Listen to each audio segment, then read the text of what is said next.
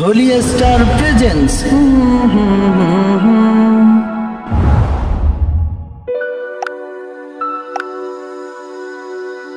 আদম নবী ওই কাবা তওয়াফ করে, আদমের পর শীষ নবী উনি ওই কাবা তওয়াফ করে, এরপর ইদ্রিস নবী উনি ওই কাবা তওয়াফ করে, এরপর নূহ পয়গম্বর হযরতে নূহ নবীর জামানা শুরু হয়ে যায়।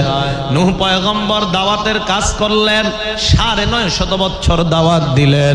এই দাওয়াত দেওয়ার পর ৮০ থেকে ৮২ অথবা ৪০ থেকে ৪২ জন মানুষ মুসলমান হয়। হযরতে নূহ পয়গম্বর এত বছর দাওয়াত দেওয়ার পর উনি দেখলেন দাওয়াতে বেশি কাজ হয় না।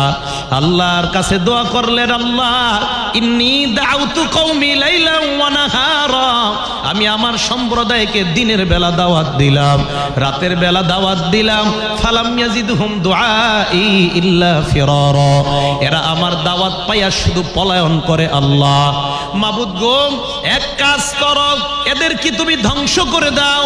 আল্লাহ বললেন, নূহ কেন ধ্বংস করব? নূহ নবী বললেন, ইন্নাকা ইনতাদারহুম ইউদিল্লু ইবাদাকা ওয়ালা ইয়ালিদু ইল্লা ফাজিরান কাফফারা, এদেরকে যদি আপনি দুনিয়ার মধ্যে ছেড়ে দেন, এদের সন্তানগুলাও তাদের মতো খারাপ হবে। মাবুদ এদেরকে আপনি সমূলে ধ্বংস করে দেন। নূহ নবীর দোয়া আল্লাহ কবুল করলেন। কবুল করার পর ধ্বংসের একটা সিস্টেম আল্লাহ জানায়া দিলেন। আল্লাহ বললেন, ওয়াসনাইল ফুলকা, এ নূহ পয়গম্বর আপনি একটা জাহাজ বানান, বিআয়ুনিনা, আমার তত্ত্বাবধানে একটা জাহাজ বানান। হযরতে নূহ পয়গম্বর জাহাজ বানানোর ঘোষণা পাইলেন। পাওয়ার পর জাহাজ বানানোর কাজ শুরু করবেন। আল্লাহর কাছে প্রশ্ন করলেন, আল্লাহ জাহাজ কি স্টিল দিয়ে বানাবো নাকি কাঠ দিয়ে বানাবো? আল্লাহ জানায়া দিলেন, মিন খসাব, আপনি কাঠের মাধ্যমে একটা জাহাজ বানান। এই ঘোষণা দেওয়ার পর নূহ নবী বললেন, আল্লাহ কোন গাছের কাঠ দিয়ে বানাবো? আল্লাহ বলে দিলেন, মিন খসাবিস সাক, শাল কাঠ দিয়ে আপনি জাহাজ বানান। কি কাঠ মনে থাকবে নি? নূহ নবী যে জাহাজটা বানাবে কি কাঠ দিয়ে? সবাই বলেন। শাল কাঠ দিয়ে বানানোর পর হযরতে নূহ নবী এই হুকুম পাওয়ার পর পুরা দুনিয়াতে তালাশ করলেন, শাল গাছ কোথাও পায় না। আল্লাহর কাছে দোয়া করলেন, আল্লাহ আমি শাল গাছ কোথাও পাই না, কি করতে পারি? আল্লাহ এবার জিব্রাইলের মাধ্যমে শাল গাছের চারার ব্যবস্থা করে দেয়। ইতিহাস মনে রাখবেন, দুনিয়াতে সর্বপ্রথম শাল গাছ নূহ নবীর জামানা থেকে দুনিয়াতে শুরু হয়। হযরতে নূহ নবী এবার শাল গাছ বড় হওয়ার অপেক্ষা করলেন। এক বর্ণনায় ২০ বছর অপেক্ষা করলেন, গাছ বড় হতে হবে তো। আরেক বর্ণনায় ৪০ বছর, আরেক বর্ণনায় ১০০ বছর। আমার কাছে মনে হয় ৪০ আর ১০০ বছরের বর্ণনাটা দুর্বল। ২০ বছরের বর্ণনাটা আমার কাছে সহি মনে হয়, তবে আমার মনে হওয়াটা শরীয়তের দলিল না। আমি বললাম ৩টা বর্ণনার ২০ বছরের বর্ণনাটা আমার কাছে সহি মনে হয়, তবে বিজ্ঞ উলামারা যেটা বলবেন সেটাই সঠিক কথা। আমার কথা সঠিক হতে হবে এটা জরুরি না। ২০, ৪০, ১০০ তিনটার যে কোনো একটা হবে। তা আমার কাছে মনে হচ্ছে ২০ বছরের বর্ণনাটাই সঠিক। ২০ বছর অপেক্ষা করার পর শাল গাছ যখন বড় হয়, এবার শাল গাছ কাটলেন। শাল গাছ কাটার পর এবার জাহাজ বানাবেন। আল্লাহর কাছে দোয়া করলেন, আল্লাহ জাহাজটা দেখতে কেমন হবে? জিব্রাইলকে আল্লাহ জাহাজের ইঞ্জিনিয়ার হিসাবে পাঠায়া দেয়। জাহাজ বানানোর কাজ শুরু করবেন। আল্লাহ জানায়া দিলেন, জাহাজটা লম্বায় হবে ৮০ গজ, পাশে হবে ৫০ গজ, সামনাটা আসমানের দিকে হবে ৩০ গজ। সবাই বলতে হবে, জাহাজ কোন কাঠ দ্বারা তৈরি? লম্বায় কয় গজ, পাশে কয় গজ, সামনাটা আকাশের দিকে কয় গজ? ৩০ গজ। জাহাজ লম্বায় হবে ৮০ গজ, পাশে ৫০, সামনাটা আসমানের দিকে হবে ৩০ গজ। তবে জাহাজটা কয়তলা বানাবে এটা আল্লাহর কাছে প্রশ্ন করলেন। জানা আসেনি কারো? সামনে থেকে কয়তলা? কোন ১০ তলা, ১২ তলা, ২০ তলা, একটা কোন না। আল কামিল ফি তারিখ ইবনুল আসিরের মধ্যে আল্লামা ইবনুল আসির লেখেন, আমারহু আইয়াজালাস সাফিনাতা আলা সালাসি তাবাকাত, আল্লাহ বললেন 3 তলা বিশিষ্ট একটা জাহাজ বানান। এক তালার নাম হবে সুফলা, 2 নাম্বার তালার নাম হবে উস্তা। 1 নাম্বার তালার নাম সুফলা, 2 নাম্বার তালার নাম হবে উস্তা, আর উপরের তালার নাম হবে উলিয়া। এই 3 তালা বিশিষ্ট একটা জাহাজ বানান। নূহ নবী বললেন, আল্লাহ 3 তালা জাহাজ কেন বানাবো? আল্লাহ জানায়া দিলেন, 1 নাম্বার তালায় হিংস্র প্রাণীগুলা রাখবেন, 2 নাম্বার তালায় গরু ছাগলগুলা রাখবেন, আর 3 নাম্বার তালায় আমার শ্রেষ্ঠ বান্দা মানুষগুলা আপনি উঠাইবেন। হযরতে নূহ পয়গম্বর এবার 3 তলায় একটা জাহাজ বানায়, শাল কাঠ দ্বারা বানায়, লম্বায় 80 গজ, পাশে 50 গজ, সামনাটা আসমানের দিকে 30 গজ, আর জাহাজটা 3 তলা। হযরতে নূহ নবী জাহাজ বানানোর পর আল্লাহর কাছে দোয়া করলেন, আল্লাহ জাহাজ আমি বানাইলাম, এবার আমার কাজটা আমি আপনার কাছে জানতে চাই। আল্লাহ বললেন, হাত্তা ইদা জা আমরুনা ওয়া ফারাতান নূর, আমার হুকুম যখন আসবে, চুলার মধ্যে মা বোনরা ভাত রান্না করলে ভাতের মার যেমন টকবক করে, জমিন থেকে পানি এইভাবে টকবক করবে, এমন যখন হবে সেদিন মনে করবেন জাহাজ চলার সময় শুরু হবে। হযরতে নূহ নবী অপেক্ষা করতে লাগলেন। ওনার বিবি একদিন চুলার মধ্যে রান্না করতেছে। বড় আশ্চর্যের ব্যাপার, ওনার বিবি যেই চুলায় রান্না করতেছে, চুলাটা ওনার বিবির চুলা না, আমাদের আম্মা হাওয়ার চুলা, মা হাওয়ার চুলা। বংশ পরম্পরায় আস্তে আস্তে আল্লাহ পাক ওই চুলাটা হযরতে নূহ নবীর বিবির হাতে পৌঁছা দেয়।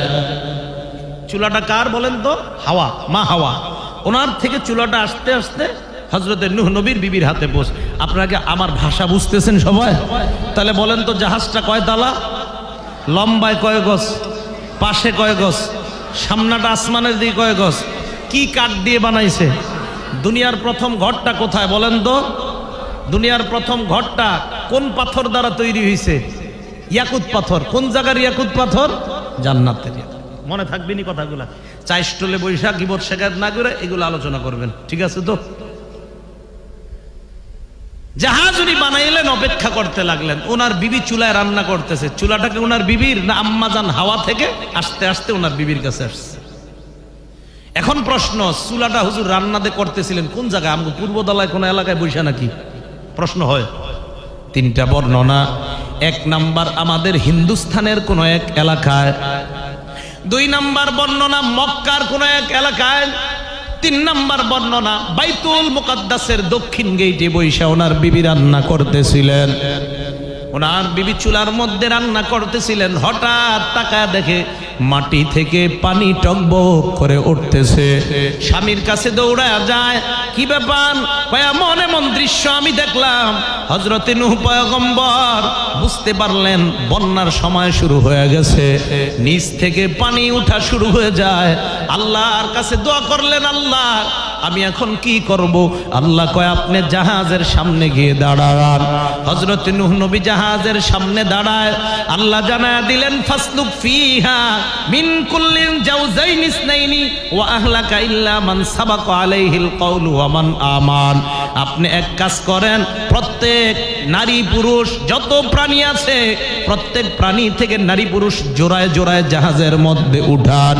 নূহ নবী আল্লাহর কাছে বললেন, আল্লাহ মানুষের মধ্যে কোনটা নারী কোনটা পুরুষ আমার জানা আছে, কিন্তু অন্য প্রাণীদের সবার নারী পুরুষ তো আমার জানা নাই। আমি দেখলে কিভাবে চিনবো? কেউ যদি চিটিং করে উঠা যায়?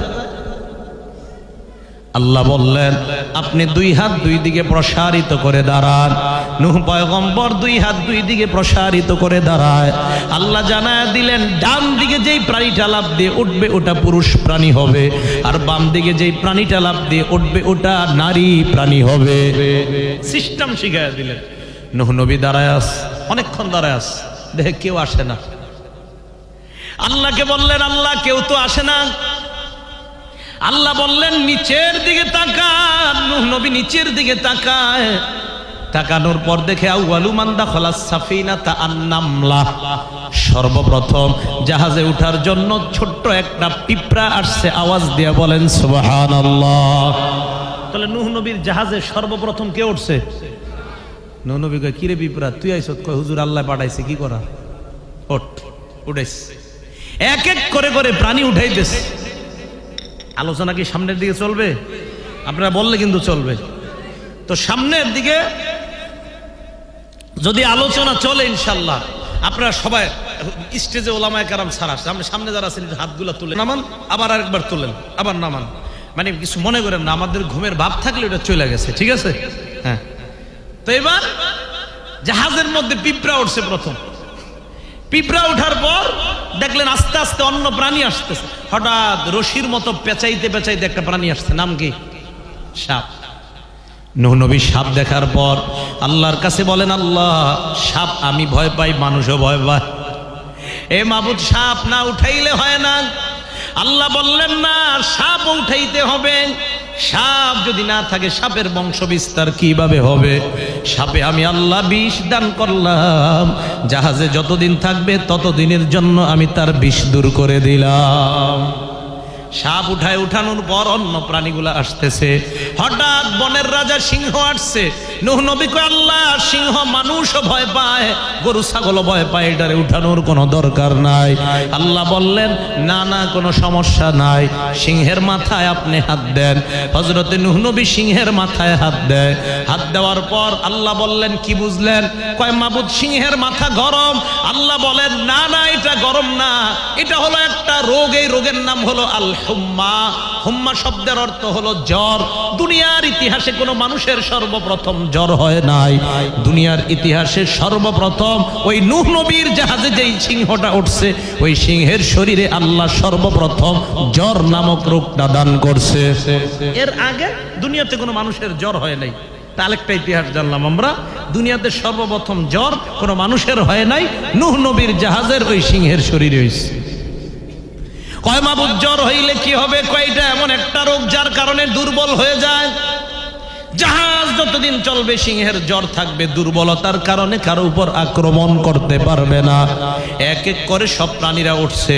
উঠার পর সর্বশেষ যেই প্রাণীটা জাহাজে উঠার জন্য আসছে, আখিরু মান দাখালাস সাফিনাতাল হিমার, একটা গাধা আসছে সর্বশেষ জাহাজে উঠার জন্য।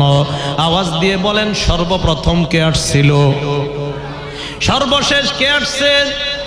মজার ব্যাপার, গাধা যখন জাহাজে উঠছে, গাধার বুক জাহাজের মধ্যে উঠছে, পিছনের অংশ আর জাহাজের মধ্যে ওঠে না। নূহ নবী ডাক দিয়ে বললেন, মালাকা ইয়া হিমার, এ গাধা কি হইল? কেন পরিপূর্ণভাবে জাহাজে প্রবেশ করো না? গাধা জবাব দেয়, হুজুর আমার কোনো দোষ নাই, ভালো করে আপনি একটু নিচের দিকে তাকান। হযরতে নূহ নবী জাহাজের বাহিরে একটু তাকায় দেখলেন জাহাজের বাহিরে দেখে তাআল্লাকু বিদানাবিহি ইবলিস, গাধার লেজের মধ্যে ইবলিস ধরে রাখছে। কে ধরে রাখছে? ইবলিস। তো ইবলিস ধরে রাখার কারণে নূহ নবী কয়, মালাকা ইয়া ইবলিস লিমা তাআল্লাকতা বিদানাবিল হিমার, কি রে ইবলিস তুই গাধার লেজে কেন ধরছস? ইবলিস কয়, প্রশ্নটা আল্লাহরে করেন। কারে? কে কয়? ইবলিস। তো নূহ নবী আল্লাহর কাছে প্রশ্ন করলেন, আল্লাহ লিমাযা তাআল্লাকা ইবলিসু বিদানাবিল হিমার ওয়া ক্বালা লি আন আসআলাকা বিফাদলিল্লাহি আজি আলা সুআলি।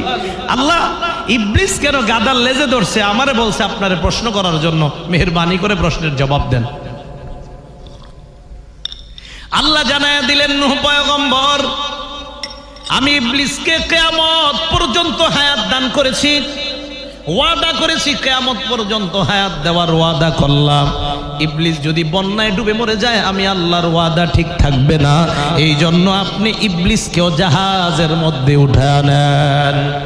হযরতে নূহ পয়গম্বর ইবলিসকেও জাহাজের মধ্যে উঠায়। জোরে বলতে হবে, গরুর লেজ আছে না নাই? কুত্তার লেজ আছে না নাই? বিড়ালের লেজ আছে না নাই? সব লেজ থাকতে ইবলিস কার লেজে ধরছে? আওয়াজ দিয়া বলেন, কার লেজে ধরছে? এর মানে মনে রাখবেন, ইবলিস যাদের লেজে ধরে তারা গাধা হয় সাধারণত। কোরআনের বিরুদ্ধে, হাদিসের বিরুদ্ধে, ইসলামের বিরুদ্ধে যারা কথা কয়, কোনো সন্দেহ নাই এদের লেজে ইবলিস ধরছে, কারণ তারা ইন্টারন্যাশনাল গাধা। কে ধরছে লেজে? ইবলিস কার লেজে ধরে? কোরআনের বিরুদ্ধে যারা কথা কয় তাদের লেজে কে ধরে? আর আমরা জানি ইবলিস কার লেজে ধরে? তাহলে যারা মসজিদ মাদ্রাসা কোরআনের বিরুদ্ধে কথা বলে তারা কি বলেন তো? গাদার লেজে ধরে কে? মনে থাকবে নি তো? জাহাজে উঠছে গাদা, উঠার পর নিচ থেকে পানি উঠার শুরু হয়, প্রচুর পরিমাণ পানি হয়, আসমান থেকেও পানি পড়া শুরু হয়। এত পরিমাণ দুনিয়ার মধ্যে পানি হয়, দুনিয়ার সবচাইতে উঁচু পাহাড় মাউন্ট এভারেস্ট, ওই পাহাড়ের উপরে 15 গজ পরিমাণ পানি হয়। দুনিয়ার সবচাইতে উঁচু পাহাড়, ওই পাহাড়েরও 15 গজ উপরে পানি হয়। এত পরিমাণ পানি দুনিয়ার মধ্যে হয়। আপনাদের প্রশ্ন, হুজুর কাবা ঘরের সাথে এই যে ঘটনা বললেন, ঘটনার কি সম্পর্ক? হযরতে নূহ নবীর জামানায় কি সম্পর্ক দেখেন। নূহ নবী জাহাজের মধ্যে উঠলেন, জাহাজ চলা এখন শুরু হবে। আল্লাহর দরবারে দোয়া করলেন, আল্লাহ জাহাজ চালাবো, জাহাজের তো ইঞ্জিলের কোনো ব্যবস্থা নাই। আল্লাহ বললেন, ইঞ্জিল দরকার নাই, আপনি জাহাজের মধ্যে যখন উঠবেন, আরকাবু ফিহা বিসমিল্লাহি মাজরিহা ওয়া মুরসাহা ইন্না রাব্বি লাগফুরুর রহিম। এই দোয়াটা পড়বেন, পড়ার পর দেখবেন অটোমেটিক জাহাজ চলা শুরু হয়ে যায়। হযরতে নূহ পয়গম্বর জাহাজের মধ্যে উঠার পর জাহাজ চলা শুরু হয়ে যায়। পুরা দুনিয়ার মধ্যে, আমাদের এই এলাকায় জাহাজ আসছে, পুরা দুনিয়ার মধ্যে জাহাজটা 6 মাস পর্যন্ত চলছে। কয় মাস? 6 মাস চলতে চলতে জাহাজ যখন নাকি দুনিয়ার প্রথম ঘর কাবার এলাকার মধ্যে যায়, যাওয়ার পর দেখে কাবা শরীফটা আর দুনিয়ার মধ্যে নাই। কি ব্যাপার, কাবা কোথায় গেল? আল্লাহ জানায়া দেয়, দুনিয়ার প্রথম ঘর কাবা, যেই কাবা আমি জান্নাতের ইয়াকুত পাথর দ্বারা বানাইলাম নূহ নবীর বন্যার সময়, ওই কাবাটা জিব্রাইলের মাধ্যমে আমি 4 নাম্বার আসমানে উঠায় নিলাম। কয় নাম্বার আসমানে? তাহলে বন্যার সাথে প্রথম ঘরের সম্পর্ক আছে। হযরত নূহ নবী তাকায়া দেখেন, যেই জায়গায় কাবাটা, জাহাজ মানুষ ভর্তি, পুরা জাহাজটা নিয়ে অটোমেটিক ওই জায়গাটা জাহাজ 7টা চক্কর লাগায়া দেয়। জাহাজ 7 চক্কর দেওয়ার পর এবার জাহাজ চলতে চলতে জুদি পাহাড়ের উপর গিয়ে জাহাজ থামছে। জাহাজ থামার পর আল্লাহ বললেন, ইহবিত বিসালামিম মিন্না ওয়া বারাকাত, আপনি নিরাপদে এবার জমিনের মধ্যে নামেন। হযরতে নূহ নবী চিন্তা করলেন, দুনিয়াতে নামার আগে একটু পরীক্ষা করা দরকার, পানিগুলা শুকাইছে কিনা। কাককে ডাক দিলেন। আপনাদের দেশে মনে হয় কাউয়া কয় বা কাক কয়, কাক আর কাউয়া চিনি তো আমরা। নূহ নবী ডাক দিয়ে বললেন, এ কাক, তুই দুনিয়ার মধ্যে যা, যাওয়ার পর দেখবি পানি শুকাইছে কিনা। কাক দুনিয়াতে আসছে, আসার পর কাক আর যায় না। দুনিয়াতে আসছে, নূহ নবীর কাছে আর যায় না। নূহ নবী চিন্তায় পড়ে গেলেন, এত আগে কাক আমি পাঠাইলাম, এখনো কেন আসে না। কবুতরকে ডাক দিয়ে বললেন, কবুতর দুনিয়ার মধ্যে যাও, দেখবা পানি শুকাইছে কিনা। কবুতর আসছে, আইসা তাড়াতাড়ি সংবাদ দিছে, হুজুর পানি শুকাইছে। একটু পর কাকও আসছে। কাক আসার পর নূহ নবী বললেন, মা লাকা ইয়া গুরাব লিমা তাখারতা, কিরে কাক তুমি কেন দেরি করলা? কাক জবাব দেয়, আল্লাহর পয়গম্বর মেহেরবানি করে আমাকে মাফ করে দেন, আমি দুনিয়াতে গেলাম, যাওয়ার পর গরু পচা দেইখা লোভ সামলাইতে পারি নাই, গরুর উপর বইসা আমি ঠরকানো শুরু করে দিলাম। হযরতে নূহ নবী তাকায়া বলেন, এ কাক, কিয়ামত পর্যন্ত মানুষের সাথে তোমার বসবাস সম্ভব নয়। আর কবুতরকে বললেন, কবুতর, কিয়ামত পর্যন্ত মানুষ একটা ঘরে ঘুমাবে, পাশের ঘরে ছোট্ট তোমার জন্য ব্যবস্থা করে রাখবে। আপনাদের এলাকায় কাক কেউ পালে? কবুতর? ওই যে নূহ নবী বলছে তাই। তাহলে এবার আসেন, বন্যার সময় দুনিয়ার প্রথম ঘর কাবা আল্লাহ কয় নাম্বার আসমানে উঠাইছে? এখন প্রশ্ন, হুজুর তাহলে কাবা আর দুনিয়াতে নাই? এরকমই তো ব্যাপারটা, কাবা দুনিয়াতে নাই, আসলেই নাই। হযরত নূহ নবীর পর হযরত হুদ আলাইহিস সালাতু ওয়াস সালাম যখন কাবার কাছে গেছে তওয়াফ করার জন্য, কাবা শরীফ তালাশ করে পায় না। হযরতে নূহ নবী ওই কাবা অনুমান করে তওয়াফ করে নেয়। এরপর হযরতে সালেহ নবী উনিও কাবা তওয়াফ করার জন্য যায়, উনিও তালাশ করে কাবা পায় না, উনিও একটা অনুমান করে তওয়াফ করে চলে আসে। তাহলে নূহ নবীর পরে ইব্রাহিম নবীর আগে দুনিয়াতে দুইজন নবী আসছে, একজনের নাম হুদ, আরেকজনের নাম সালেহ নবী। এই দুইজন কাবায় হজ করার জন্য যাওয়ার পরেও কাবা তালাশ করে পায় না। নূহ নবীর বন্যার ৯৮ বছর আগে ওনার একটা সন্তান হয়। নূহ নবীর বন্যার ৯৮ বছর আগে নূহ নবীর একটা সন্তান হয়। এই সন্তানটার নাম হলো সাম। কি নাম? সামের এক সন্তান নাম আরফাকশাদ, আরফাকশাদের এক সন্তানের নাম কয়নান, কয়নানের এক সন্তানের নাম শালাখ, শালাখের সন্তানের নাম গবের, গবেরের এক সন্তানের নাম ফালাক, ফালাকের এক সন্তানের নাম আরগু, আরগুর এক সন্তানের নাম আরফাকশাদ, আরগুর এক সন্তানের নাম সারুগ, সারুগের এক সন্তানের নাম নাখুর, নাখুরের এক সন্তানের নাম তারিখ বা আজার, আর আজারের সন্তানের নাম ইব্রাহিম আলাইহিস সালাতু ওয়াস সালাম। ইব্রাহিম নবী বংশ পরম্পরা, ওনার বাবার নাম তারিখ, ওনার বাবার নাম নাখুর, নাখুরের বাবার নাম সারুগ, সারুগের বাবার নাম আরগু, আরগুর বাবার নাম ফালাক, ফালাকের বাবার নাম গবের, গবেরের বাবার নাম শালাখ, শালাখের বাবার নাম কাইনান, কাইনানের বাবার নাম আরফাকশাদ, আরফাকশাদের বাবার নাম সাম, সামের বাবার নাম নূহ আলাইহিস সালাতু ওয়াস সালাম। এই নূহ নবী থেকে ইব্রাহিম নবী পর্যন্ত দুনিয়াতে মাত্র দুইজন নবী, একজন হযরতে হুদ, আরেকজন হযরতে সালেহ। এই দুই নবী হজ করতে গেছে, যাওয়ার পর দেখে কাবা শরীফ ওই জায়গায় নাই। ইব্রাহিম নবীর যোগ আসছে, হযরত ইব্রাহিম পয়গম্বর আস্তে আস্তে যখন বড় হয়, লম্বা আলোচনা, ইব্রাহিম নবী যারে বিয়ে করছেন এই মহিলাটার নাম সারা। হযরতে সারা এত সুন্দর, কোন কোন বর্ণনায় আসছে আম্মাজান হাওয়া উনি হলেন দুনিয়ার সবচাইতে সুন্দরী নারী। এই আম্মাজান হাওয়ার পরে দুনিয়ার সবচাইতে সুন্দরী নারী ইব্রাহিম নবীর বিবি হযরতে সারা। এই হযরতে সারা, হযরত ইব্রাহিম নবী বিয়ে করার পর সারার গর্ভে কোনো সন্তান নাই। সন্তান না হওয়ার কারণে হযরতে সারা ব্যাপারটা নিয়ে বড় কষ্ট মনের মধ্যে। হযরত ইব্রাহিম পয়গম্বর এলাকার মধ্যে দাওয়াতের কাজ করলেন। ওনার দাওয়াতে মাত্র দুইজন মানুষ মুসলমান হয়, একজন ওনার বিবি সারা, আরেকজন ওনার ভাতিজা হযরতে লূত আলাইহিস সালাম। লূত নবীর নাম শুনছেন আপনারা? লূত নবী ইব্রাহিম নবীর ভাতিজা।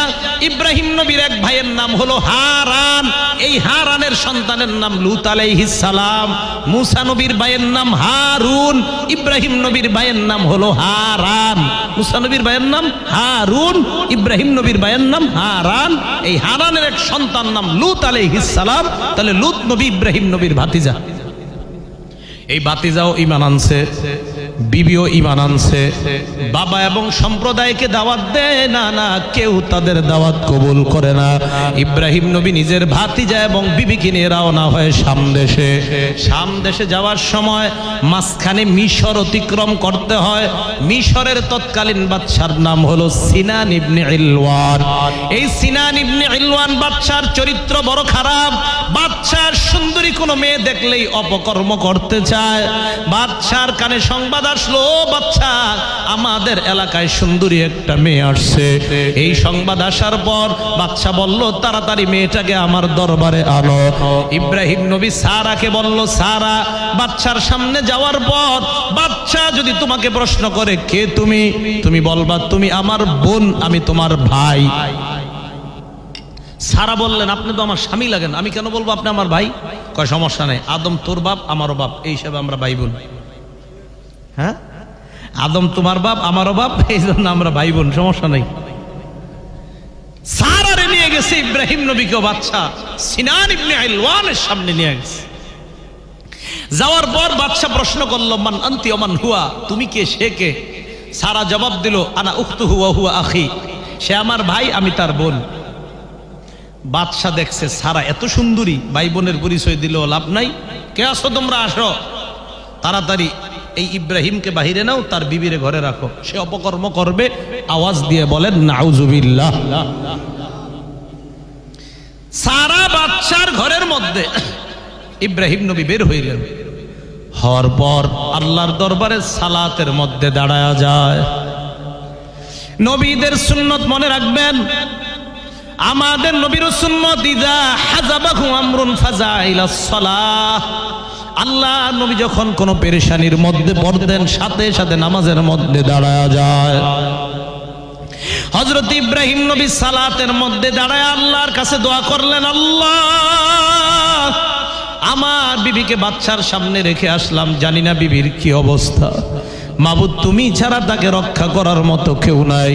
আল্লাহ ইব্রাহিম নবীর এই দোয়াটা কবুল করে বললেন, ইব্রাহিম আমি জানি স্বামী হিসাবে আপনার অন্তরের মধ্যে সন্দেহ থাকতে পারে, আমি সারাকে যতই হেফাজত করি স্বামী হিসাবে আপনার মনে প্রশ্ন আসবে, না জানি আমার বিবির কি অবস্থা বাদশার সামনে। এই ইব্রাহিম বাদশার বাড়ির দিকে আপনি তাকান। ইব্রাহিম বাদশার বাড়ির দিকে তাকায়। আল্লাহ পাক ইব্রাহিম এবং বাদশার বাড়ির মধ্যে যত গাছপালা পাহাড় পর্বত সব সরায়া দিয়া সরাসরি ইব্রাহিমকে তার বিবি দেখার ব্যবস্থা করে দেয়।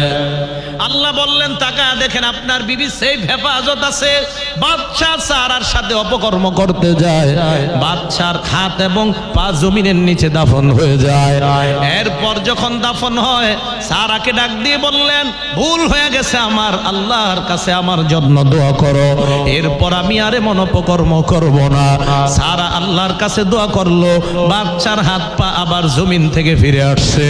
বাদশা হলো শেষরা বাদশা, দ্বিতীয়বার আবার অপকর্ম করতে যায়, দ্বিতীয়বার আবার হাত পা জমিনের নিচে যায়। আবার যখন সারা দোয়া করলেন আবার হাত পা জমিন থেকে উঠছে। এরপর আবার সারা দোয়া করলেন, তৃতীয়বার আবার অপকর্ম করতে যায়, 3 নাম্বার বার তার হাত আবার পা জমিনের নিচে দাফন হয়ে যায়। আবার কয় সারা এবারও আমার অন্যায় হয়েছে, আল্লাহর কাছে বলো এরপর আর এমন অপকর্ম করব না। সারা বলল এরপর কিন্তু আমি আর দোয়া করব না। কয় না না এরপর এই অপকর্ম আর আমি করার চেষ্টাও করব না। সারা এবার দোয়া করার পর বাদশার হাত এবং পা এবার ভালো হয়ে যায়। হাত পা ভালো হওয়ার পর এবার বাদশা যখন নাকি এমন কথা শুনলো, শোনার পর বাদশা সারাকে ডাক দিয়া বলে, সারা তুমি আমার এত বড় একটা উপকার করলা, আমার ঘরে সুন্দরী একটা মেয়ে আছে হাজেরা, এই মেয়েটাকে আমি তোমাকে হাদিয়া হিসাবে দিয়ে দিলাম।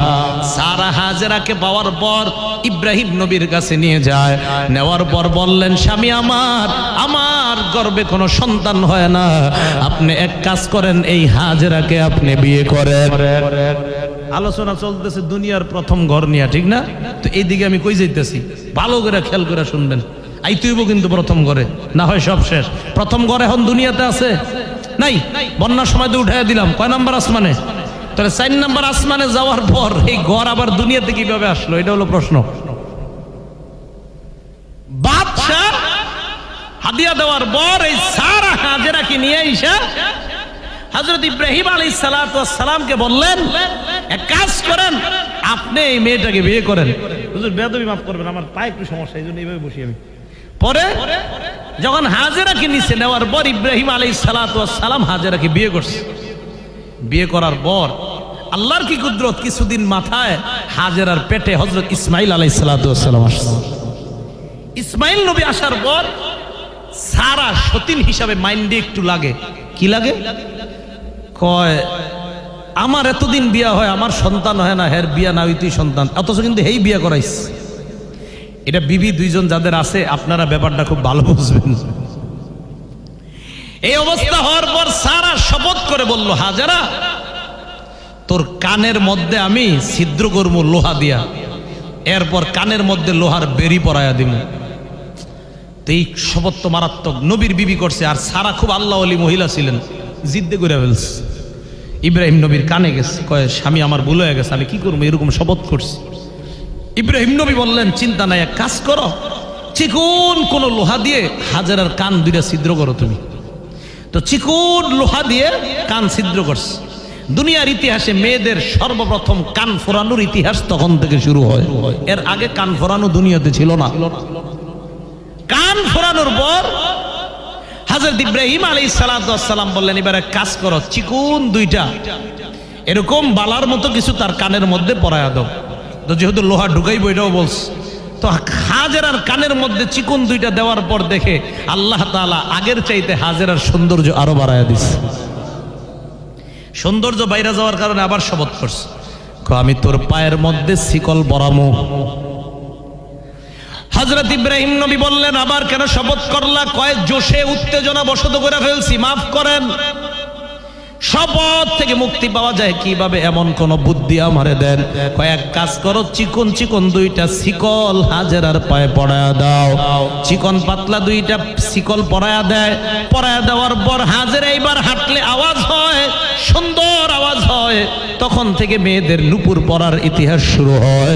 এর আগে দুনিয়ার কোন মেয়ে দুনিয়াতে নুপুর পরে নাই। হাজেরা নুপুর পরার পর তার সৌন্দর্য আরো বেড়ে যায়। এবার মাসআলা, হুজুর তার মানে আগামীকাল আমাদের এলাকার মহিলারা নুপুর পইরা এই রাস্তা দিয়ে হাঁটবে না? না, মেয়েদের যাদের সাথে দেখা দেওয়া জায়েজ তাদের সামনে নুপুর পরা জায়েজ, আর যাদের সাথে দেখা দেওয়া হারাম তাদের কানে মেয়ের নুপুর আওয়াজ যাওয়াও হারাম। কথা মাসালা মনে থাকবে তো? যাদের সাথে দেখা দেওয়া হারাম তাদের সামনে নুপুরের আওয়াজ তাদের কানে যাওয়া হারাম, তাদের সামনে পড়াও হারাম। হযরতে হাজেরার পেট থেকে ইসমাইল দুনিয়াতে আসলেন। ইসমাইল আসার পর কিছুদিন পরেই আল্লাহ হুকুম করলেন, ইব্রাহিম নবীকে বললেন, হে পয়গম্বর, আপনি আপনার সন্তান ইসমাইল এবং তার মা হাজেরাকে নিয়ে মক্কা, ওই যে বাক্কা, এই বাক্কা বা মক্কা নামক এলাকায় নিয়ে যান। মানুষ নাই, খানা পানির কোনো ব্যবস্থা নাই, ওই জায়গায় তাদেরকে নিয়ে যান। সাবধান, তাদেরকে রেখে আসার সময় তাদের সাথে আপনি কোনো কথা বলবেন না। হযরতে ইব্রাহিম নবী তাদেরকে নিয়ে যায়। নিয়ে যাওয়ার পর ইব্রাহিম নবী যখন তাদেরকে ওই জায়গায় রেখে আসলেন, হাজেরা পিছন থেকে ডাক দিয়া কয়, স্বামী আমার, আমাদেরকে আপনি কোথায় রেখে গেলেন? ইব্রাহিম নবী কোনো জবাব দেয় না। এরপর হাজেরা আবার বললেন, ও স্বামী আমার, কোথায় আমাদেরকে আপনি রেখে গেলেন? ইব্রাহিম নবী কোনো জবাব দেয় না। 3 নাম্বার বার আবার প্রশ্ন করলেন, কোথায় আপনি আমাদেরকে রেখে গেলেন? ইব্রাহিম নবী এবার আসমানের দিকে আঙ্গুল উঠায় হাজেরা ডাক দিয়ে বললেন, আল্লাহর হুকুমে আমাদেরকে রেখে গেছেন। ইব্রাহিম নবী আসমানের দিকে আঙ্গুল উঠায় এমন করলেন।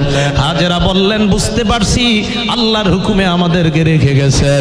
স্বামী আমার, ভালো করে মনে রাখবেন, যে আল্লাহ আমার গর্ভে ইসমাইলকে দান করছেন, ওই আল্লাহর উপর আমার বিশ্বাস। মানুষ নাই, খানা পানির ব্যবস্থা নাই, আমার আল্লাহর উপর বিশ্বাস। এই জায়গায়ও আল্লাহ আমার আর আমার সন্তানের খাবারের ব্যবস্থা করবেন। হাজেরা এই কথা বলার পর ইব্রাহিম নবী সামনের দিকে যায় আর আল্লাহর কাছে বললেন, ইন্নী আসকানতু মিন যুররিয়াতি বিওয়াদ গায়রি যি যারইন ইনদা বাইতিকাল মুহাররম। আল্লাহ, আমি আমার পরিবারকে এমন একটা জায়গায় রেখে গেলাম, গায়রি যি যারইন, ফসলের কোনো ব্যবস্থা নাই। আল্লাহর কাছে আরেকটা দোয়া করলেন, ওয়ারযুক আহলাহু মিনাত থামারাত। আল্লাহ, তোমার কাছে দোয়া করলাম, এই জায়গার অধিবাসীদেরকে তুমি ভরপুর বরকত দান করে দাও। ইব্রাহিম নবীর দোয়ার এত বরকত, কিয়ামত পর্যন্ত ওই মক্কা শরীফ পুরাটাকে আল্লাহ বরকতময় বানায়া দেয়। এই জন্য আল্লাহ কোরআনে বললেন, মুবারাকা, এই ঘরটা বরকতপূর্ণ, মুবারাকা বরকতপূর্ণ। ওই যে নবী ইব্রাহিম দোয়া করছে, এই জন্য আল্লাহ পুরা এলাকাটা বরকতময় বানায়া দিলেন। ইব্রাহিম নবী দোয়া করার পর হাজেরার সাথে 1 প্যাকেট খেজুর আছে, 1 মগ পানি ছাড়া আর কোনো খাবার নাই। 2-4 দিন যাওয়ার পর পানি শেষ, খেজুর শেষ। পেটে যদি খাবার না থাকে, মায়ের বুকে দুধও আসে না। ইসমাইলের দুধের ব্যবস্থা কি হবে? হাজেরা চিন্তায় কাতর। একবার সাফা পাহাড়ের উপর যায় আর একবার মারওয়া। সাফা আর মারওয়া মোট 7টা চক্কর লাগায়। মাঝখানে একটা জায়গা, ওই জায়গাটার নাম হলো সাই, সাই বাইনা সাফা ওয়াল মারওয়া। ওই জায়গাটা একটু জোরে দৌড়ানো লাগে। জানেননি কেন? হাজেরা যখন এই জায়গাটা চক্কর মারছে, ছোট্ট একটা জায়গায় জোরে দৌড় দিছে। আল্লাহ বলেন, হাজেরার এই দৌড়টা আমি এত পছন্দ করলাম, কিয়ামত পর্যন্ত যত হাজি হজ করবে আমি আল্লাহ তাদের জন্য এই দৌড়টাও হজের নিয়মের মধ্যে রেখে দিলাম। হযরতে হাজেরা একবার পাহাড় সাফাত যায় আর একবার মারওয়া, আর উকি মাইরা এইভাবে তাকায় সন্তান ইসমাইল আছে কিনা। এই জন্য হাজিরাও দুই জায়গায় চক্কর দেওয়ার পর এইভাবে উকি মেরে দেখতে হয়। ওই যে হাজেরা উকি মেরে তাকায় হযরত ইসমাইলের দিকে তাকায়, 7 চক্কর লাগানোর পর দেখি ইসমাইলের পাশে একটা যুবক। সুবহানাল্লাহ। মানুষ ছিল কয়জন? হয়ে গেছে কয়জন? ছিল কয়জন? ছিল কয়জন? 7 দৌড় দেওয়ার পর কইছে কয়টা? যুবক একজন ডাক দিয়ে কয়, হাজেরা আর দৌড়ানোর কোনো প্রয়োজন নাই, তোমার সন্তানের পায়ের দিকে তুমি তাকাও। আরেক বর্ণনায় আমার পায়ের দিকে তাকাও। ইসমাইল পা এইভাবে নাড়ায়, পায়ের নিচের তাকায় দেখে ইসমাইলের পায়ের নিচে আল্লাহ জমজম কূপের ব্যবস্থা করে দেয়। জমজম কূপের ব্যবস্থা হওয়ার পর পানির ব্যবস্থা হয়ে যায়। একদল ব্যবসায়ী ওই এলাকা দিয়ে যায়, হঠাৎ দেখে একদল পাখি ঝাঁকে ঝাঁকি কোথায় যেন যায়। আবাবিল অর্থ জানি কি? আবাবিল পাখির নাম? আওয়াজ দিয়ে বলেন, আবাবিল পাখির নাম? না, জোরে বলেন, আবাবিল পাখির নাম? আমি নবীর ওয়ারিস, আমার কথা বিশ্বাস করেন, আবাবিল কোনো পাখির নাম না। যে বলবে উনি হয়তো ভুল বলবে, মুখ দিয়ে ভুলে এসে যাবে, আবাবিল পাখির নাম না। আমি অন্তত কয়েকশো পৃষ্ঠা পড়েছি আবাবিল কোনো পাখির নাম কিনা। আবাবিল কোনো পাখির নাম না, বিশ্বাস করেন, হাজার হাজার পৃষ্ঠা মোতালা হয়েছে। আবার আবাবিল কোনো পাখির নাম না। আবাবিল এর অর্থ হলো ঝাঁকে ঝাঁকে। এতদিন ভুল শুনেছেন, আবাবিল কোনো পাখির নাম না। তো দেখে একদল ব্যবসায়ী একদল পাখি ঝাঁকে ঝাঁকে কোথায় যেন যাচ্ছে। ব্যবসায়ীরা পিছনে পিছনে যায়, কি ব্যাপার, পাখি কই যায় ঝাঁকে ঝাঁকে? হঠাৎ যায় দেখে পাখিগুলো একটা কূপের পাশে বসছে। সুবহানাল্লাহ। ব্যবসায়ীরা তাকায় দেখে তার মানে এই জায়গায় পানির ব্যবস্থা আছে। পাশে তাকায় দেখে একটা মহিলা আর তার বাচ্চা। এখন ওই কূপের কাছে যাইতে দেয় না হাজী সাহেবদেরকে। 1999 সনে আমি গেছিলাম, ছোট ছিলাম, কোরআন প্রতিযোগিতায় গেছিলাম। তো তখন একদম কূপটা যেই জায়গায়, ওই জায়গায় ঢুকতে পারছিলাম সরকারিভাবে, ঢুইকে একদম কূপটা দেখে আসছি। এখন আর কিন্তু কূপ দেখতে দেয় না।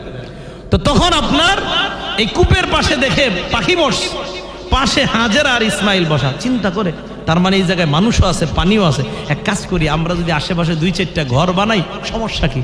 আল্লাহ বলেন, হাজেরা আর ইসমাইলের বরকতে পানিও দিলাম, মানুষেরও ব্যবস্থা করলাম, ঘর বাড়িরও ব্যবস্থা করে দিলাম। তো ঘর বাড়ির ব্যবস্থা হয়েছে।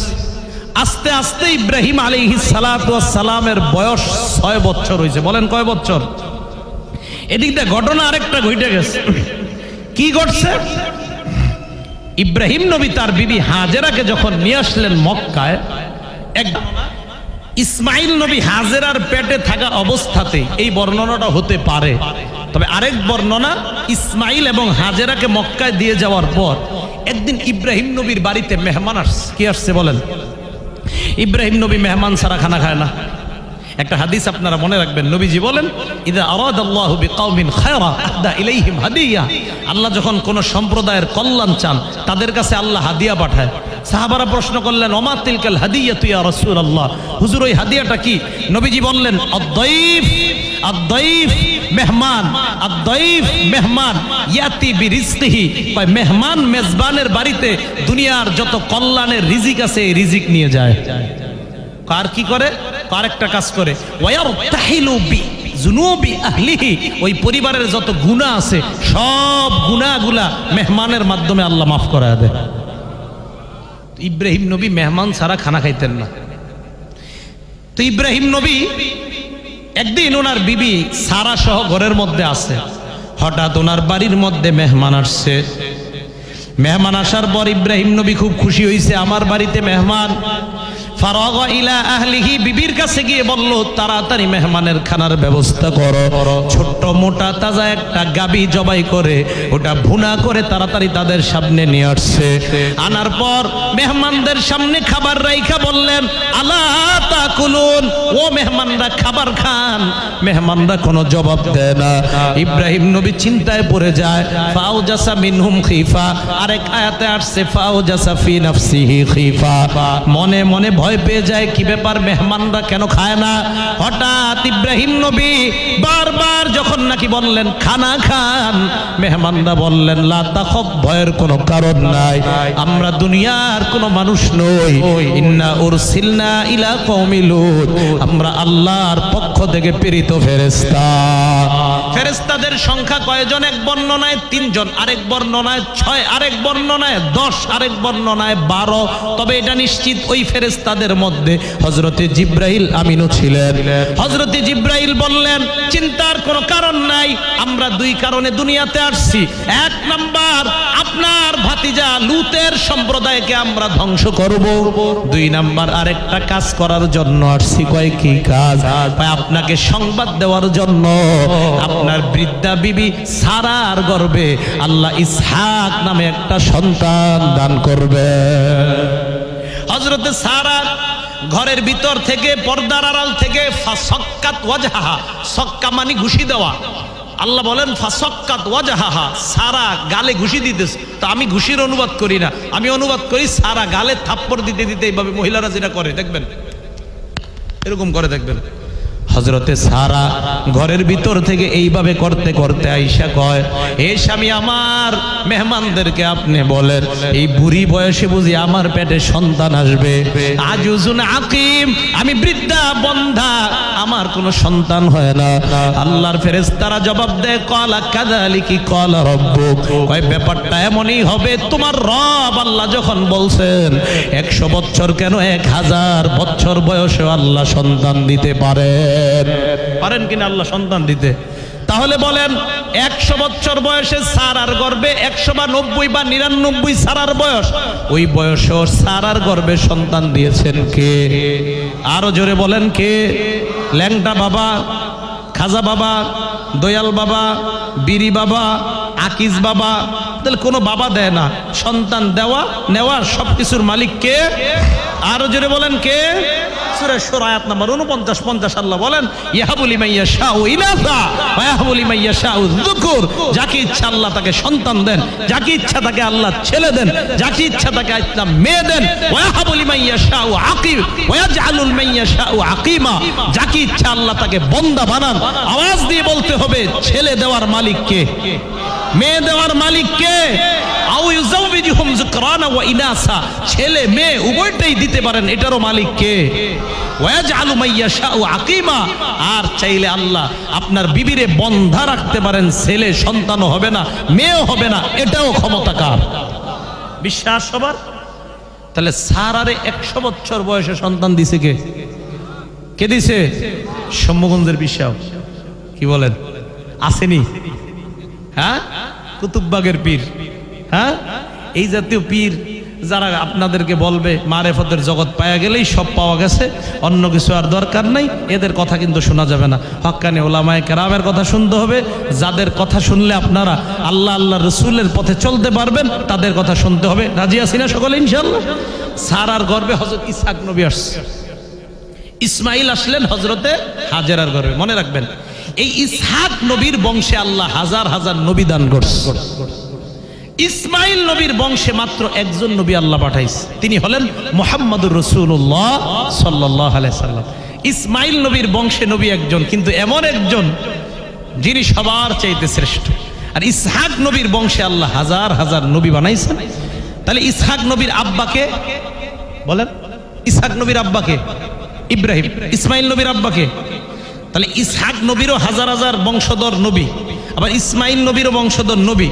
এই জন্য ইব্রাহিম নবীর এক ছেলে ইসহাক, আরেক ছেলে ইসমাইল, আর এই দুইজনের মাধ্যমেই লাখ লাখ নবী দুনিয়াতে আসছে। এই জন্য ইব্রাহিম নবীকে আবুল আম্বিয়া, নবীগণের পিতা বলা হয়। বলেন সুবহানাল্লাহ। হযরত ইসমাইল বয়স যখন 6 বছর, 6, ইব্রাহিম নবীকে আল্লাহ একদিন স্বপ্নে দেখায় রাতের বেলা।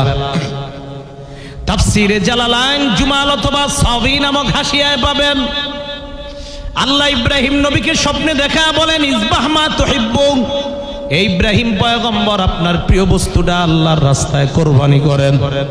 ইব্রাহিম নবী স্বপ্ন থেকে জায়গা 100 উট আল্লাহর রাস্তায় কোরবানি করে দেয়। 2 নাম্বার দিন আবার স্বপ্নে দেখলেন ইসবামা তুহিব্বু, আপনি আপনার প্রিয় বস্তুটা আমার রাস্তায় কোরবানি করেন। ইব্রাহিম নবী আবার 100 উট কোরবানি করলেন। আবার 3 নাম্বার দিন স্বপ্ন দেখলেন, কে যেন ডাক দিয়া কয় আপনি আপনার প্রিয় বস্তু কোরবানি করে দেন। ইব্রাহিম নবী এবার চিন্তা করলেন, আমি 3 দিন একই স্বপ্ন দেখলাম, আমার প্রিয় বস্তু কি, আমি উট কোরবানি করলাম, তার মানে উট আমার প্রিয় না। অনেকক্ষণ চিন্তা করে দেখলেন দুনিয়ার মধ্যে আমার প্রিয় হলো আমার সন্তান ইসমাইল। ইব্রাহিম নবী বুঝলেন আমার ছেলে ইসমাইলকে কোরবানি করার জন্য আল্লাহ বলতেছেন।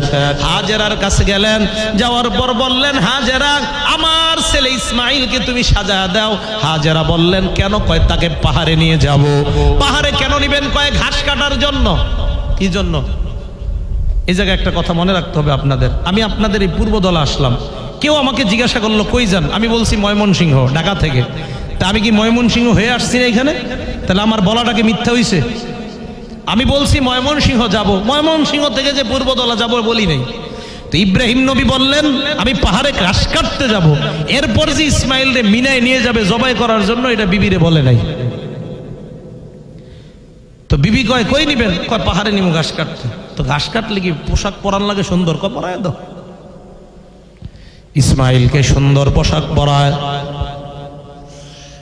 পরানোর পর হযরত ইব্রাহিম ইসমাইলকে নিয়ে প্রথমে পাহাড়ে গেলেন, ঘাস কাটলেন, তার মানে কথা সত্যি বাস্তবায়ন করলেন।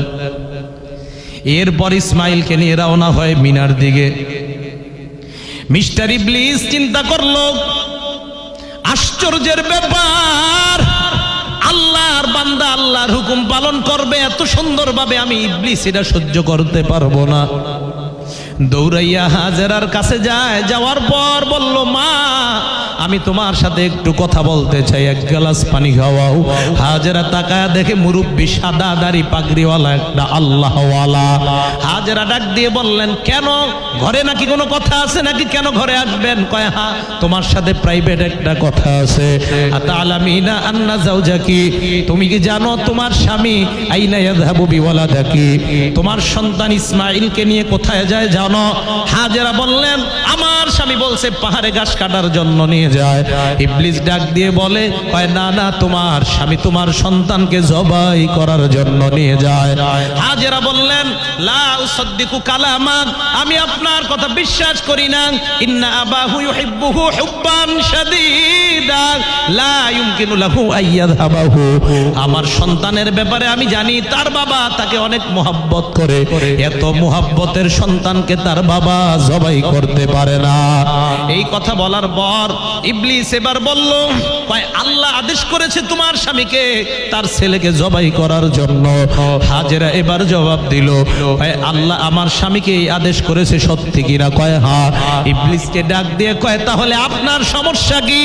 আল্লাহর হুকুম আমার স্বামী পালন করবে, এটা তো আমার গর্ব করার বিষয়। আল্লাহর হুকুম অবশ্যই আমার স্বামী পালন করবে, এটা কোনো চিন্তার কারণ নাই। আমার স্বামী আল্লাহর হুকুম পালন করতেছে। ইবলিস দেখলো ইব্রাহিম নবীর বিবি ওনার মতোই পাকা ইমানদার, দৌড়ায় ইসমাইলের কাছে আসছে। আসার পর ইসমাইলকে বলে, ছোট্ট ছেলে এইদিকে আসো। কানে কানে ডাক দিয়ে বলে, তোমার বাবা কিন্তু তোমাকে জবাই করার জন্য নিয়ে যায়। ইসমাইল কয়, না না, আমার আব্বা আমাকে অনেক মোহাব্বত করে জবাই করতেই পারে না। এক পর্যায়ে ইবলিস কয়, আল্লাহ হুকুম করেছে তোমার বাবাকে তোমাকে জবাই করার জন্য। ইসমাইল কি জবাব দেয়? লাইক ফাদার লাইক সান, ইংলিশের অর্থ হলো বাপ কা বেটা সিপাহী কা ঘোড়া, কুছ না হো তো থোড়া থোড়া, সন্তান ও বাবার মতো হবে, এটাই স্বাভাবিক। ইসমাইল ইবলিসের কথা শোনার পর ডাক দিয়া কয়, আল্লাহ আমার বাবাকে আদেশ করেছে কিনা? কয় হ্যাঁ। ইসমাইল কয়, আল্লাহ যখন আমার বাবাকে আদেশ করছে তিনি আল্লাহর হুকুম পালন করবে, এতে তো আপনার বলার কিছু নাই। আমি আমার বাবার এই হুকুমটা যেন সুন্দরভাবে পালন করতে পারে, আমি সন্তান হিসাবে বাবাকে সাহায্য করতে চাই। ইবলিস দেখে না, কাজ হয় না, মারে কয়েও কাজ হয় নাই, ছেলেরেও না। এবার ইব্রাহিম নবীরে স্বয়ং ধোঁকা দিতে গেছে। উনি কঙ্কর মারলেন 7টা, এই জন্য হাজিরা কঙ্কর মারে। 3 বার ধোকা দিতে গেছে, 3 বার কঙ্কর মারছে। ছুরি ধার করছে, ছেলেরে জবাই করবে। আল্লাহু আকবার বলেন, আওয়াজ দিয়ে বলেন আল্লাহু আকবার। ইসমাইলকে জবাই করার আগে বাবা ইব্রাহিমকে ইসমাইল ডাক দিয়ে কয়, আব্বা 1 নাম্বার কথা, আমার ছুরিটা ভালোভাবে ধার করে নেন। আমার গলার মধ্যে যখন আপনি ছুরি চালাবেন, আমি তো মানুষ, মানুষ হিসাবে আমার কষ্ট হওয়াই স্বাভাবিক। আমি শুনছি মৃত্যুর যন্ত্রণা নাকি বড় ভয়ঙ্কর। আব্বা আপনি ছুরি চালাইলে যেন আমার কষ্ট বেশি না হয়, এই জন্য ছুরিটা আপনি ভালোভাবে ধার দিবেন। 2 নাম্বার, আমার হাতগুলা আর পাগুলা আপনি ভালোভাবে বাঁধবেন। কয় কেন? কয় আব্বা আপনি যখন আমাকে জবাই করবেন, আমার হাত নড়তে পারে, পা নড়তে পারে, আমি চাই না মরণের সময় আমার পা আপনার শরীরে রাখুক, আমি এটা চাই না। এই জন্য আমার হাত পা গুলা ভালোভাবে বাঁধবেন। 3 নাম্বার, বাবা আমার মাথাটা আপনি নিচের দিকে একটা গর্তের মধ্যে রেখে দেন। ইসমাইল নবীকে ইব্রাহিম বলে কেন? ইসমাইল বললেন, আব্বা আপনার দিকে যদি আমি তাকাই, আপনি যদি আমাকে জবাই করতে যান, আমার চেহারার দিকে তাকাইলে আপনার মনে পড়বে আমি আপনার সন্তান। সন্তানের দিকে তাকায় আপনার মায়া আসতে পারে। আপনার অন্তরের মধ্যে যেন মায়া না হয়, আল্লাহর হুকুম যেন তাড়াতাড়ি পালন করতে পারেন, এই জন্য আমার চেহারাটা আপনি নিচের দিকে রাখবেন। 4 নাম্বার, আমাকে জবাই করার পর আমার রক্ত মাখা জামাটা আমার আম্মার কাছে নিয়ে যাবেন। আসার সময় আম্মার কাছ থেকে বিদায় নিতে পারি নাই, অন্তত জামাটা দেখলে যেন সান্ত্বনা পায়। আব্বা এই কথাগুলো আমি বলে গেলাম, মেহেরবানি করে তরবারিটা তাড়াতাড়ি আপনি ধার দিয়ে দেন। ইব্রাহিম তরবারি ধার দেয়।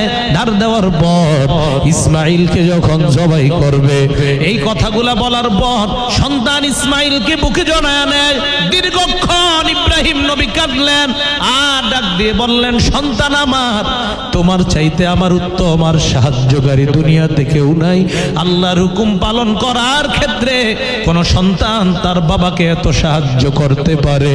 হযরত ইব্রাহিম ছেলেকে জবাই করবে, রিওয়ায়াতে আসছে আসমানের ফেরেশতারাও কাঁদতেছে আল্লাহর দরবারে আর বলতেছে, আল্লাহ দুনিয়ার মধ্যে হচ্ছেটা কি?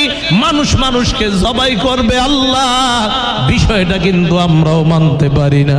আল্লাহ বললেন, তোমরাই না বলেছিলা মানুষ বানানোর কোনো প্রয়োজন নাই? তাকা দেখো, এই মানুষ আমি আল্লাহর এত মোহাব্বত করে নিজের সন্তানকে জবাই দিয়ে হলেও আমার হুকুম পালন করতে চায়। হযরত ইসমাইলের গলার মধ্যে যেই মাত্র তরবারি চালায়, আল্লাহ জান্নাত থেকে জিব্রাইলের মাধ্যমে একটা আংটা পাঠিয়ে দেয়। বলে দিলেন, জিব্রাইল যাও যাও, তরবারির ধারালো অংশে এটা লাগা দাও। ইব্রাহিম তরবারি চালায়, তরবারিটা যেন ইসমাইলের গলায় না চলে। আমি ইব্রাহিমের কাছ থেকে কোরবানি চাইলাম, আমি আল্লাহ বান্দার কাছ থেকে কোরবানি চাই, কোরবানি নেই না। আমি ইব্রাহিমের থেকে কোরবানি চাইলাম, পরীক্ষা করতে চাইলাম আমি আল্লাহর হুকুম কতটা পালন করে। আমার পরীক্ষা হয়ে গিয়েছে, তুমি যাও ইব্রাহিমকে বলে দাও, কত সাদ্দাকতার রুইয়া। ইব্রাহিম নবী দাঁড়িয়ে আছে, হযরতে ইসমাইল নিচে, হযরতে জিব্রাইল ইব্রাহিমের কাছে আইসা বললেন, ও ইব্রাহিম পয়গম্বর, আপনি আপনার সত্য পুরা করেছেন, আল্লাহ আপনার কাছে কোরবানির পরীক্ষা চেয়েছেন, আপনি এই পরীক্ষায় 100 ভাগ সফলতা অর্জন করছেন। ওয়াফাদাইনাহু বিযিবহিন আযীম, জান্নাত থেকে মোটা তাজা একটা দুম্বা বা বকরি বা ভেড়া আল্লাহ পাঠায় দেয়। এই ভেড়া বকরি বা দুম্বা পাঠানোর পর ইব্রাহিম নবীকে বললেন, এখন থেকে আর মানুষ মানুষ কোরবানি করা লাগবে না, এই পশুর মাধ্যমে আপনি কোরবানির প্রচলন করেন। আল্লাহ বলেন কিয়ামত পর্যন্ত 10, 11, 12 এই 3 দিনের মধ্যে যাদের কাছে 52 তোলা রূপা অথবা 7.5 ভরি স্বর্ণের সমপরিমাণ টাকা হয়, তাদের উপরে ইব্রাহিমের এই সুন্নত আমি আল্লাহ ওয়াজিব করে দিলাম। ইব্রাহিম আলাইহিস সালাতু ওয়াস সালাম ছেলের জবাই করতে চাইছে, করছে। এটা কার পক্ষ থেকে হইছে? আওয়াজ দিয়ে বলেন, আরো জোরে বলেন। তাহলে আমরা সবাই আল্লাহর জন্য নিজেদের জান এবং মাল কোরবানি করতে প্রস্তুত আছি না ইনশাআল্লাহ? তাহলে যদি মাদ্রাসা, মসজিদ, কোরআন হাদিসের বিরুদ্ধে কেউ অপপ্রচার চালায়, কেউ যদি গুমরাহির মাধ্যমে মানুষকে পথভ্রষ্ট করে, একদল মানুষকে বুঝায় আমিরের আনুগত্য করা ফরজ, আমিরের আনুগত্য করা ওয়াজিব, ওলামাদের কথা শুনতে হবে না, আপনাদের কাছে আমি জানতে চাই, ওলামাদের কথা কোরআন হাদিসের মতো যদি হয়, ওলামাদের কথা যদি কোরআনের পক্ষে হয়, হাদিসের পক্ষে হয়, জান মাল নিয়ে ওলামাদের কথা মানতে কারা কারা প্রস্তুত আছে আমি জানতে চাই। নারে তাকবীর, নারে তাকবীর, আল্লাহু আকবার।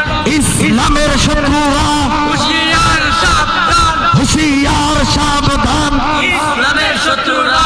নারে তাকবীর, আল্লাহু আকবার। হুজুর এশার নামাজের পর বয়ান দিয়েছেন আপনাদের সভাপতি সাহেব। হুজুরের কথা থেকে অনেক কিছু বুঝতে পারছে। এই ফিতনা আপনাদের এলাকার মধ্যেও ছড়ায় গেছে, গ্রামগঞ্জের মধ্যে এই জাতীয় ফিতনা ছড়ায় গেছে। আল্লাহর রাস্তে ফিতনার মধ্যে কান দিবেন না।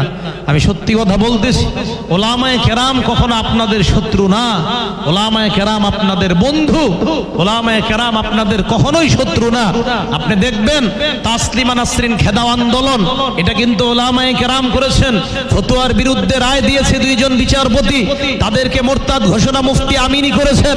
ওলামায়ে কেরাম নিজেদের রক্ত দিয়েছেন, ফতোয়া কোর্টের মধ্যে বৈধতার প্রমাণ করেছেন।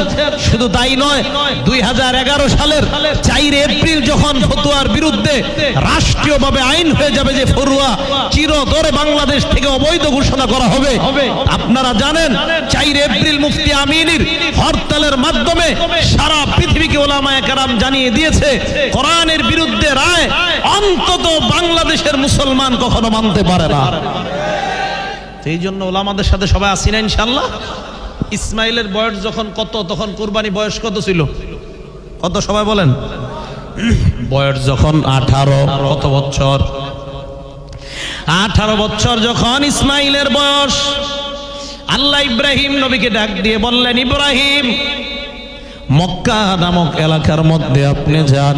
ওই এলাকায় যাওয়ার পর দুনিয়ার প্রথম ঘর যেই কাবা আমি জান্নাতের ইয়াকুত পাথর দ্বারা বানাইলাম, নূহ নবীর বন্যার সময় ওই কাবাটা আমি 4 নাম্বার আসমানে উঠা নিলাম। আপনি যান ওই কাবা আবার বানান। হযরত ইব্রাহিম মক্কায় যায়, যাওয়ার পর দেখে ইসমাইল ড্রেনের কাজ করতেছে। ইব্রাহিম নবী ডাক দিয়ে বললেন, ও সন্তান ইসমাইল, আল্লাহ আমাকে বলছে আল্লাহর ঘর বানানোর জন্য তুমি আমাকে সহযোগিতা করবা কিনা? ইসমাইল বললেন, আব্বা আমি সহযোগিতা করব। ইব্রাহিম নবী নিজেই রাজমিস্ত্রি হলেন, ইসমাইলকে জোগালি বানাইলেন, আল্লাহর ঘর বানাবে। এই জন্য ইব্রাহিম পুরা দুনিয়াতে সফর করলেন, পুরা দুনিয়াতে 5টা দামি দামি পাহাড়ের মাটি সংগ্রহ করলেন। 1 নাম্বার হেরা পর্বতের মাটি, 2 নাম্বার জুদি পাহাড়ের মাটি, 3 নাম্বার তুরে সিনার মাটি, 4 নাম্বার তুরে জিতা নামক পাহাড়ের মাটি, 5 নাম্বার লেবনান বা লুবনান পাহাড়ের মাটি, 1 নাম্বার হেরা পর্বতের মাটি, 2 নাম্বার তুরে সিনার মাটি, 3 নাম্বার জুদি পাহাড়ের মাটি, 4 নাম্বার তুরে জিতার মাটি, 5 নাম্বার লেবনান বা লুবনান পাহাড়ের মাটি। এই 5টা পাহাড়ের মাটি উনি সংগ্রহ করলেন, জোগালি বানাইলেন। ইসমাইলকে রাজমিস্ত্রি নিজেই হইলেন। আল্লাহর কাছে দোয়া করলেন, আল্লাহ কাবা ঘর বানাবো, ডিপ্লোমা ইঞ্জিনিয়ার দরকার। ডিজাইন কে করবে? জিব্রাইলকে আল্লাহ ডিপ্লোমা ইঞ্জিনিয়ার হিসেবে পাঠিয়ে দেয়। হযরত জিব্রাইল আসলেন। ইব্রাহিম নবী এবার কাবা ঘরটা বানানোর জন্য জায়গা তালাশ করতেছেন। কোন জায়গায় কাবাটা ছিল উনি নির্ণয় করতে পারে না। চিন্তা করতেছে, হঠাৎ উনি তাকায় দেখলেন একটা ছায়া ওনার সামনে দেখা যায়। উনি তাকায় দেখলেন মাথার উপরে আসমানের মেঘ এসে গেছে, মেঘ বের হয়। মেঘ ইব্রাহিম নবীকে ডাক দিয়ে বললেন, ও ইব্রাহিম পয়গম্বর, আপনি কেন পেরেশান? ইব্রাহিম নবী কয়, আমি কাবা বানাবো জায়গা তালাশ করে পাই না। মেঘ ডাক দিয়ে কয়, আমার ছায়াটার দিকে তাকান। ইব্রাহিম নবী মেঘের ছায়ার দিকে তাকায়। মেঘ ডাক দিয়ে বলে, আমি যতটুকু জায়গা ছায়া দান করলাম এই জায়গার মধ্যে আপনি আল্লাহর ঘরটা বানায় নেন। ইব্রাহিম নবী এবার ঘর বানাবেন, ডাক দিলেন। ডাক দেওয়ার পর এবার জায়গাটা পরিষ্কার করা দরকার। হঠাৎ একটা বাতাস আসছে, বাতাসটা দেখতে সাপের মতো, আবার মাথাটা মানুষের মতো। ওই বাতাসের মুখেও মানুষের মতো আওয়াজ বের হয়। বাতাস ডাক দিয়ে বললেন, এ ইব্রাহিম পয়গম্বর, আপনি ভালো করে তাকান। হঠাৎ দেখে বাতাস ওই জায়গা থেকে বন জঙ্গল পরিষ্কার করে দেয়। ইব্রাহিম নবী তাকা দেখলেন জায়গাও পরিষ্কার, আবার ছায়া পরিমাণ জায়গা, কাবার জায়গা। এবার কাবা বানানো শুরু করলেন। ইসমাইল যোগালি দেয়, ইব্রাহিম নবী কাবা বানায়। উপরের কাজ করার জন্য আপনারা দেখবেন রাজমিস্ত্রিরা রশির মাধ্যমে ঝুইলা ঝুইলা কাজ করে। ইব্রাহিম নবী বললেন, আল্লাহ আমি উপরের কাজ কিভাবে করব? আল্লাহ বললেন, মাকাম ইব্রাহিম নামক একটা পাথর আছে, ওই পাথরের উপর দাঁড়ান। কাবা শরীফের দরজা থেকে তাকায় দেখবেন এই কোনাকুনি একটা ছোট্ট পিতলের মিনারা আছে। ওই পিতলের কালার মিনারার উপরে দেখবেন একটা কাচের অংশ আছে। ওই কাচের ভিতরে একটা পাথর দেখা যায়। ওই পাথরটাকেই মাকাম ইব্রাহিম বলা হয়। আল্লাহ বললেন, আপনি ওই পাথরের উপর দাঁড়ান। ইব্রাহিম পাথরের উপর দাঁড়ায়। দাঁড়ানোর পর দেখে পাথর ইব্রাহিম নবীকে লিফটের মতো উপরের দিকে উঠা দেয়। পাথর উপরে উঠে কাজ করে, বাস বানানো শেষ। এবার কয়, আল্লাহ পাথর বানাইলাম, ঘর বানাইলাম, এখন কি কাজ? আল্লাহ কয়, এখনো একটা কাজ আছে। কয়, কি কাজ? আপনি দুনিয়াতে ঘোষণা করেন মানুষ যেন এই ঘরের কাছে হজ করার জন্য আসে। বলেন সুবহানাল্লাহ। তো ইব্রাহিম নবী ঘোষণা করবে, আল্লাহ কোন জায়গায় দাঁড়ায় করবো? মক্কার পাশে একটা পাহাড় আছে, জাবালে আবি কুবাইস, ওই পাহাড়ের উপর দাঁড়ান। আরেক বর্ণনায় আপনি এই পাথরের উপর দাঁড়ান। দাঁড়ানোর পর ওই পাথরটাকে আল্লাহ পাহাড় বরাবর উপরে উঠাইয়া দিছে, লিফটের মতো। ওখানে উঠে উনি দাঁড়াইস।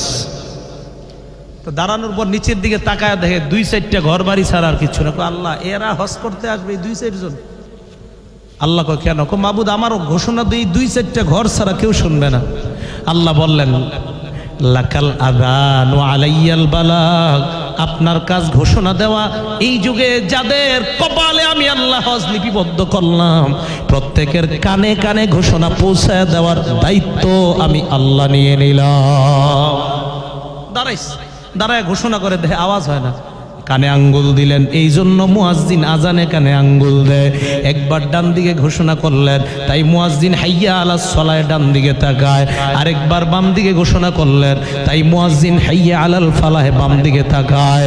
ইব্রাহিম নবী ঘোষণা করার পর হযরতে ইব্রাহিমের ওই ঘোষণাটা তাফসীরের কিতাব অনুযায়ী পুরা দুনিয়ার যাদের কপালে আল্লাহ হজ লিপিবদ্ধ করছেন, প্রত্যেকের কানে কানে এই ঘোষণা আল্লাহ পাঠায় দেয়।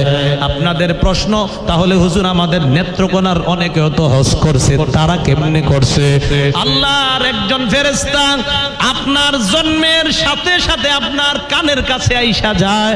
আসার পর ইব্রাহিমের ওই ঘোষণা পৌঁছায় দেয়। পৌঁছানোর পর ওই বান্দাও লাব্বাইক বলে জবাব দেয়। ছোট্ট শিশুটা যদি একবার লাব্বাইক বলে, এর মানে মরণের আগে সে একবার হজ করবে। আর যদি 10 বার লাব্বাইক বলে নেয়, অবশ্যই আল্লাহ মরণের আগে তাকে 10 বার হজ করায়া দেয়। লাব্বাইক যতবার বলবে শিশু ততবার হজ করবে। তাহলে ইব্রাহিম নবী ঘরটা বানাইলেন। ঘর বানানোর পর হজের ঘোষণা দিলেন, আমাকে আপনাকে হজ করতে বলতেছেন। আর ওনার মাধ্যমে কোরবানির সূচনা হলো। কোরবানি উপলক্ষে আপনাদের এই আলোচনা। তাহলে আজকে আলোচনা থেকে কয়টা বিষয় জানতে পারলাম। 1 নাম্বার, দুনিয়ার প্রথম ঘর মানুষের ইবাদতের জন্য বানানো হয়েছে। ঘরটা মূলত দুনিয়ার বানানো না, জান্নাতের ইয়াকুত পাথর দ্বারা বানানো। নূহ নবীর বন্যার সময় ঘর 4 নাম্বার আসমানে চলে যায়। নূহ নবীর জাহাজটা জানি কয়তলা? আওয়াজ দিয়ে বলেন তো। লম্বা কয় গজ, পাশে কয় গজ, সামনাটা আসমানের দিকে কয় গজ? 30 গজ। কয়তলা জাহাজটা? কি কাঠ দিয়ে তৈরি? জাহাজে সর্বপ্রথম কে উঠছে? সর্বশেষ গাদার লেজে ধরছে কে? ইবলিস। কয় মাস চলছে দুনিয়াতে জাহাজটা? 6 মাস চলার পর যেই পাহাড়ে থামছে, পাহাড়টার নাম জুদি পাহাড়। কি পাহাড়? জুদি পাহাড়। কাবা 4 নাম্বার আসমানে উঠায় নেওয়ার পর ইব্রাহিম নবী পর্যন্ত দুনিয়াতে কাবা নাই। আবার ইব্রাহিম নবীর মাধ্যমে কাবা দুনিয়াতে আল্লাহ স্থাপন করলেন। এইভাবে দুনিয়ার প্রথম ঘর দুনিয়াতে স্থাপিত হলো। কোরবানিও হযরত ইসমাইলের মাধ্যমে সূচনা হলো। আর বর্তমান যে কাবাটা, এই কাবাও দুনিয়ার মধ্যে আবার ইব্রাহিমের মাধ্যমে আল্লাহ সূচনা করলেন। এই কাবার দিকে আল্লাহ তাআলা ইব্রাহিমের মাধ্যমে আমাদেরকে হজের দাওয়াত দিলেন। আল্লাহ পাক রব্বুল আলামিন যাদেরকে তৌফিক দান করেছেন, আমরা যেন মরণের আগে অন্তত একবার হজ আদায় করতে পারি, আল্লাহ আমাদের সকলকে তৌফিক দান করেন। আমিন। ওয়া আখিরু দাওয়ানা আলহামদুলিল্লাহি রাব্বিল আলামিন।